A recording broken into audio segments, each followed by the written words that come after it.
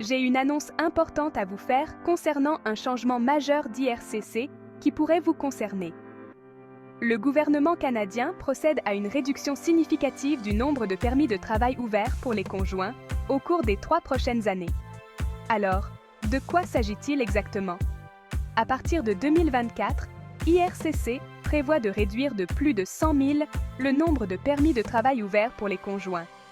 Il s'agit d'une réduction considérable visant à alléger la pression sur le logement, les services de santé et d'autres services publics. Décortiquons cela ensemble. Tout d'abord, pourquoi ce changement? Le gouvernement canadien a invoqué une demande écrasante sur ses ressources comme raison principale. En limitant le nombre de permis, il espère mieux gérer l'afflux de résidents temporaires et garantir que les infrastructures existantes puissent faire face. Maintenant, la bonne nouvelle est que cette réduction ne concernera pas tout le monde. Des catégories spécifiques, comme les étudiants en maîtrise, les doctorants et les personnes travaillant dans l'enseignement primaire et secondaire, ne seront pas touchées par ces changements. Donc, si vous appartenez à l'un de ces groupes, vous pouvez souffler un peu. Cependant, si vous n'êtes pas dans ces catégories et que vous envisagiez d'obtenir un permis de travail ouvert pour votre conjoint, c'est certainement quelque chose que vous devez prendre en compte. Le gouvernement s'est engagé à revoir ces mesures en 2025. Il y a donc encore de l'espoir pour des ajustements en fonction de l'évolution de la situation.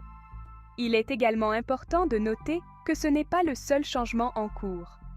Dans le cadre de sa stratégie plus large, le gouvernement met également fin à la pratique du flag polling, où certains résidents temporaires traversaient brièvement la frontière américaine pour accélérer le renouvellement de leur permis.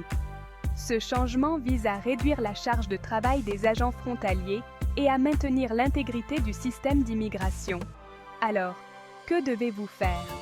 Si vous êtes un résident temporaire et que vous envisagez de prolonger ou de demander un permis de travail, il est essentiel de vous tenir au courant des dernières informations d'IRCC.